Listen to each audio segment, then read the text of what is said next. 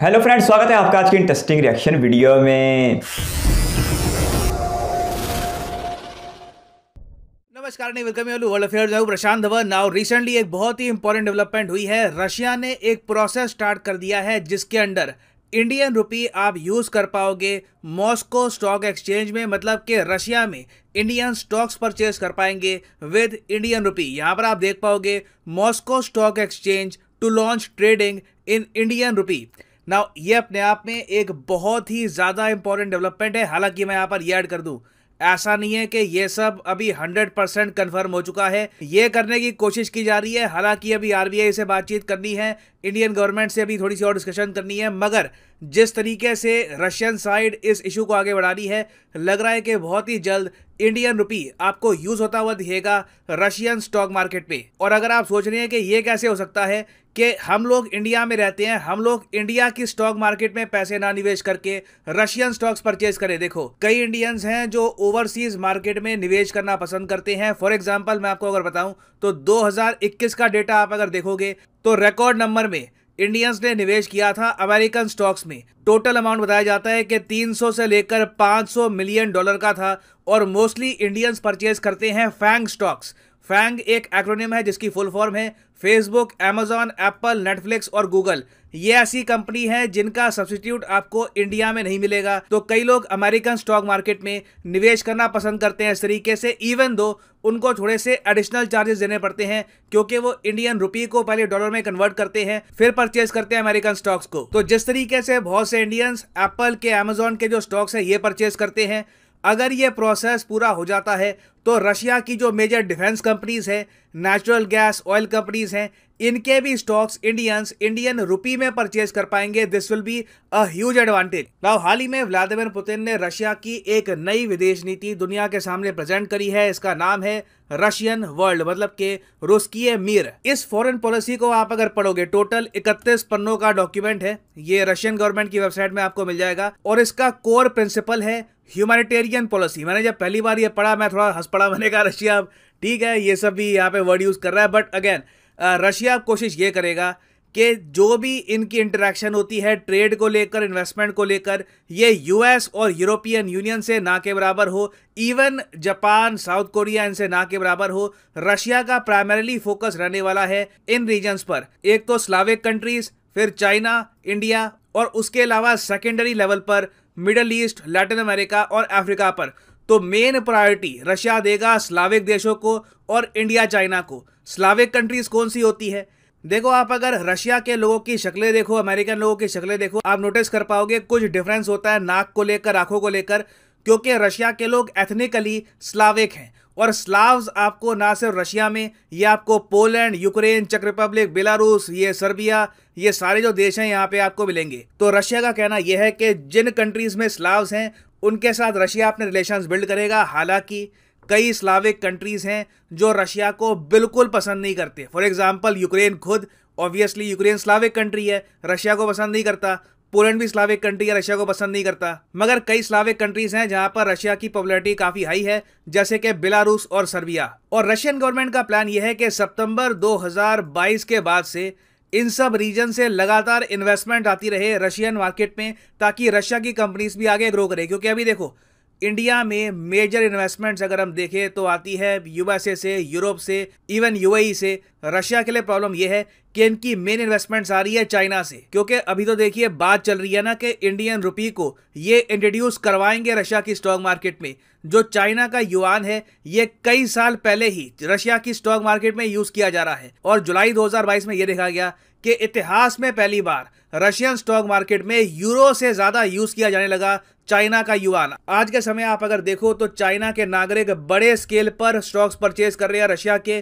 कई Russian stocks है बिल्कुल इस वक्त गिर चुके हैं, उनका प्राइस बहुत कम हो चुका है। मगर चाइना के लोगों को उम्मीद यह है कि जो अभी अकड़ है यूरोप की, यूएसए की, यूक्रेन वॉर को लेकर, ये लंबे समय तक नहीं बनी रहेगी। विंटर इज कमिंग, कभी ना कभी इनको रशिया की नेचुरल गैस की आवश्यकता होगी, तब ये लोग पीस कर लेंगे और फिर रशियन कंपनीज के जो स्टॉक्स हैं फिर से उठेंगे।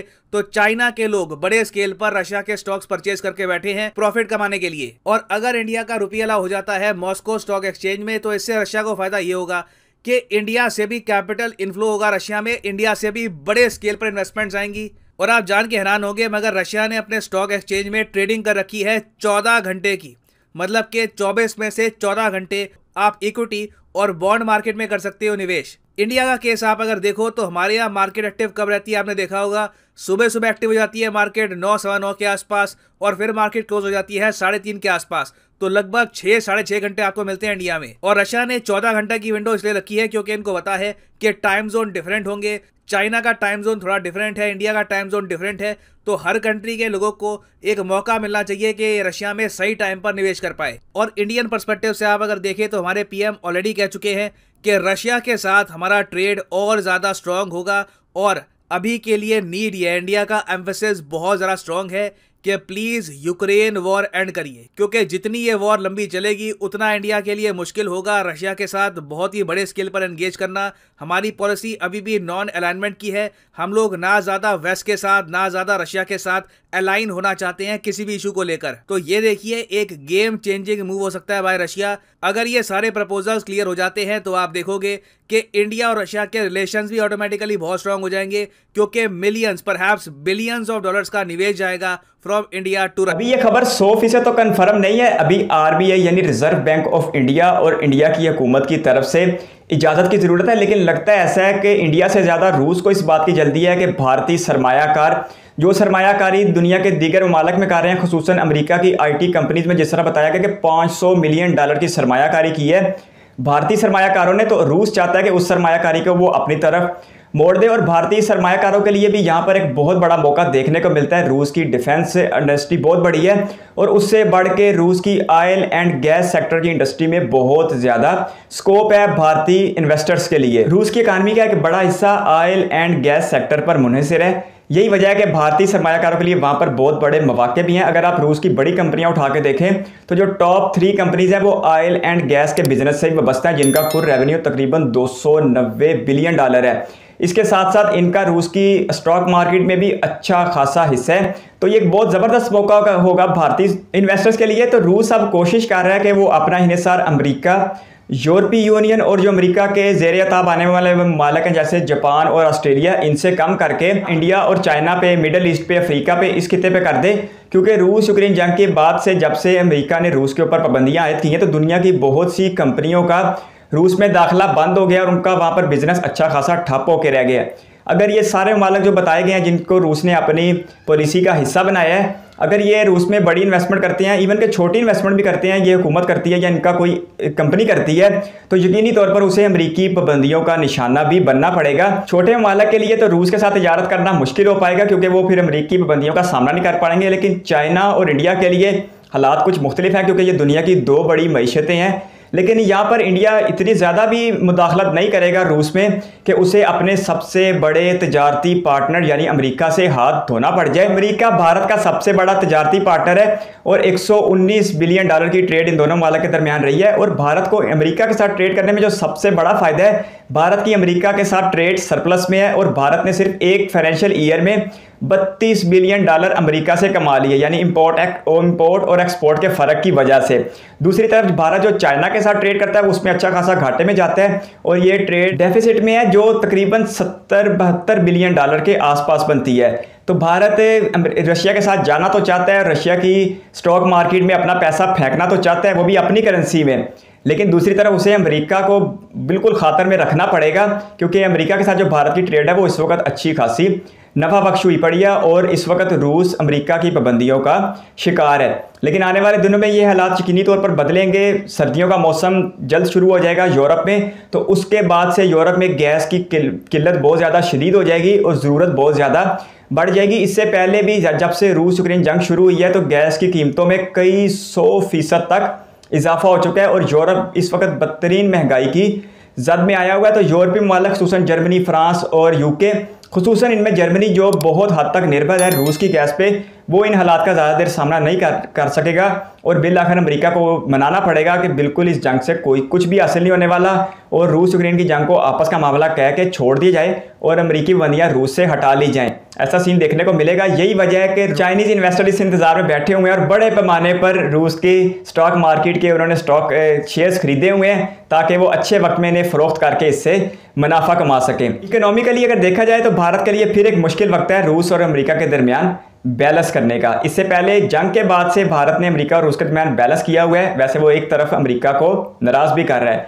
भारत। खैर, इससे मिलती जुलती एक दूसरी बात करते हैं जो पिछले दिनों एक खबर सुनने को मिली थी जिसे सुन के बहुत सारे भारतीय खुश हो गए थे, होना भी चाहिए। भारत की इकानमी ने यूके की इकानमी को पीछे छोड़ते हुए 5वीं पोजीशन हासिल कर लिया है और 2029 तक जर्मनी और फ्रांस को पीछे छोड़ते हुए भारत की इकानमी दुनिया की तीसरी बड़ी इकानमी बन जाएगी अमेरिका और चाइना के बाद। 2018 में भारत ने फ्रांस को पीछे छोड़ा था, तो उसके बाद टारगेट रखा गया था कि 2020 में भारत यूके की इकानमी को पीछे छोड़ देगा, लेकिन कोविड की वजह से ये टारगेट हासिल करने में 2 साल की तखीर होगी। लेकिन देर आए तो दुरुस्त आए, आखिर 2 साल की तखीर से भारत ने यह टारगेट हासिल कर लिया है। और ये वही ब्रिटिश हैं जिसके पीएम ने कहा था कि भारत चला पाना इन सियासतदानों के बस की बात नहीं है और भारत सर्वाइव नहीं कर पाएगा, लेकिन उसकी ये बात आज मुकम्मल तौर पर गलत साबित हो गई है। दरअसल ब्रिटिश में एक एहसास बरतरी था, यानी कि वो ये समझते थे कि हर अच्छे और बड़े काम के लिए वो बने हैं और हर निकम्मे काम के लिए भारतीय लोग यानी हिंदुस्तानी लोग, इवन के पाकिस्तानी और बांग्लादेश भी, ये सारे निकम्मे कामों के लिए बने हैं। आज नफ्सियात के डॉक्टर इसे बाकायदा एक बीमारी मानते हैं और गोरे इस बीमारी का शिकार आज से 100 साल पहले भी थे। लेकिन सिर्फ 75 सालों के अरसे में यूके की इकानमी को पीछे छोड़ते हुए भारत की इकानमी ने जो एक रिकॉर्ड हासिल किया है वो ब्रिटिश के मुंह पर एक ऐसा तमाचा है जो पूरी दुनिया में सुनाई देगा। आरबीआई यानी रिजर्व बैंक ऑफ इंडिया के डिप्टी गवर्नर ने कहा था कि अगर 11% की शरह के साथ इंडिया की इकानमी तरक्की करती रहती है तो सिर्फ अगले 7 साल में इंडिया की इकानमी दुनिया की तीसरी बड़ी इकानमी बन जाएगी, जापान जर्मनी को पीछे छोड़ते हुए। लेकिन एसबीआई यानी स्टेट बैंक ऑफ इंडिया ने कहा है कि 11% की शरह तो गैर हकीकी है और इतनी शायद हासिल कर पाना मुमकिन भी ना हो। अगर 6 से 6.5% के दरमियान भी ग्रोथ रेट रहता है इंडिया की इकानमी का, तो भी हम 2030 के आते आते दुनिया की तीसरी बड़ी इकानमी बन जाएंगे। और उसके बाद फिर मुकाबला होगा चाइना, अमेरिका और इंडिया का। जब से बीजेपी सरकार आई है तो भारत की इकानमी में हम एक बड़ा बूस्ट देख रहे हैं। 2014 में भारत की इकानमी दुनिया की 10वीं बड़ी इकानमी थी जो आज 5वें नंबर पर आ चुकी है और अगले 7 सालों में ये तीसरे नंबर पर आ जाएगी। ये बहुत बड़ी कामयाबी है। सिर्फ 15 सालों में अगर ऐसा हो जाता है 14 से 29 तक, तो फिर 7 दर्जे की तरक्की बहुत बड़ी बात है। इसका सारा क्रेडिट आमतौर पर बीजेपी को दिया जाता है, लेकिन इस सारे मामले की बुनियाद डालने वाले आईएनसी के फाइनेंस मिनिस्टर मनमोहन सिंह थे, जिन्होंने 1991 के भारत इकोनॉमिक क्राइसिस में एक ऐसी डगर पे डाल दिया था, एक ऐसे रास्ते पे डाल दिया था इंडिया की इकानमी को कि आज वो बहुत तेज़ी के साथ तरक्की कर रही है। तो कुछ ना कुछ क्रेडिट आईएनसी के मिनिस्टर ऑफ फाइनेंस को भी जाना चाहिए, लेकिन अब सारा क्रेडिट बीजेपी के खाते में जा रहा है क्योंकि ये सब कुछ उनके होते हुए हो रहा है। खैर, ज़बरदस्त है। फिलहाल इंडिया की इकानमी ने ओवरऑल जीडीपी को लेके यूके की इकानमी को टेक ओवर किया, लेकिन लाइफ इंडेक्स को लेके और जीडीपी पर कैपिटा को लेके भी अभी यूके और इंडिया वालों में अच्छा खासा फ़र्क है। आज तकरीबन जीडीपी पर कैपिटा भारत का $2,200 के आसपास है, जबकि यही जीडीपी पर कैपिटा यूके में $50,000 के आसपास है। तो फ़र्क अभी बहुत ज़्यादा है, जिसे कम होने में अच्छा खासा वक्त भी लगेगा, लेकिन ओवरऑल जीडीपी ने टेक ओवर कर लिया भारत की। ये बड़ी ज़बरदस्त बात थी और congratulation for all Indians. GDP per capita को लेकर यूके आज भी बहुत बेहतर पोजीशन में और दुनिया में 30वें नंबर पर है, जबकि भारत दुनिया में 159वें नंबर पर यानी 159 नंबर पर है।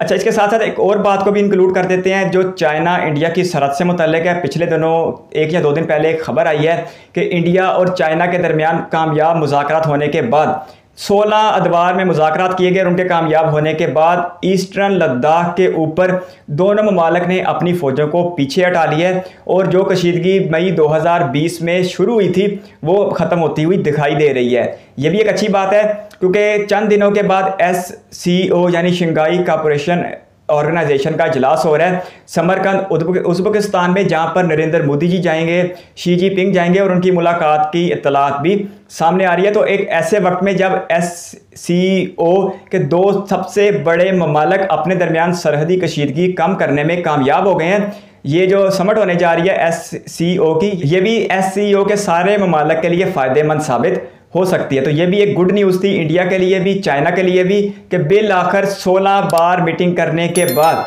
अमन का एक मौका दिया जा रहा है और दोनों तरफ से फौजें हटाई जा रही हैं। भारतीय अहदेदारों के मुताबिक दोनों ममालिक की 50,000 से ज़्यादा फौजें इस सरहद के ऊपर मौजूद थी, जिन्हें वापस बुलाया जा रहा है ताकि इस इलाके से कशीदगी को ख़त्म किया जा सके। ये एक बहुत बड़ा स्टेप है। चाइना और इंडिया दोनों को इसका बराबर फ़ायदा होगा, लेकिन शायद अमेरिका को इस बात की बिल्कुल भी खुशी नहीं होगी, क्योंकि वो तो इस सरहद के ऊपर फौजी मशकें करना चाहता था। बाकी चाइना और इंडिया को यकीनी तौर पर इस मामले का बहुत फ़ायदा होगा। आपके कीमती वक्त का शुक्रिया। अगर आप भी किसी वीडियो पर रिएक्शन आते हो तो अपने कीमती राय कमेंट बॉक्स में ज़रूर दीजिएगा। इस वीडियो को कीमती समय देने के लिए बहुत सारा धन्यवाद।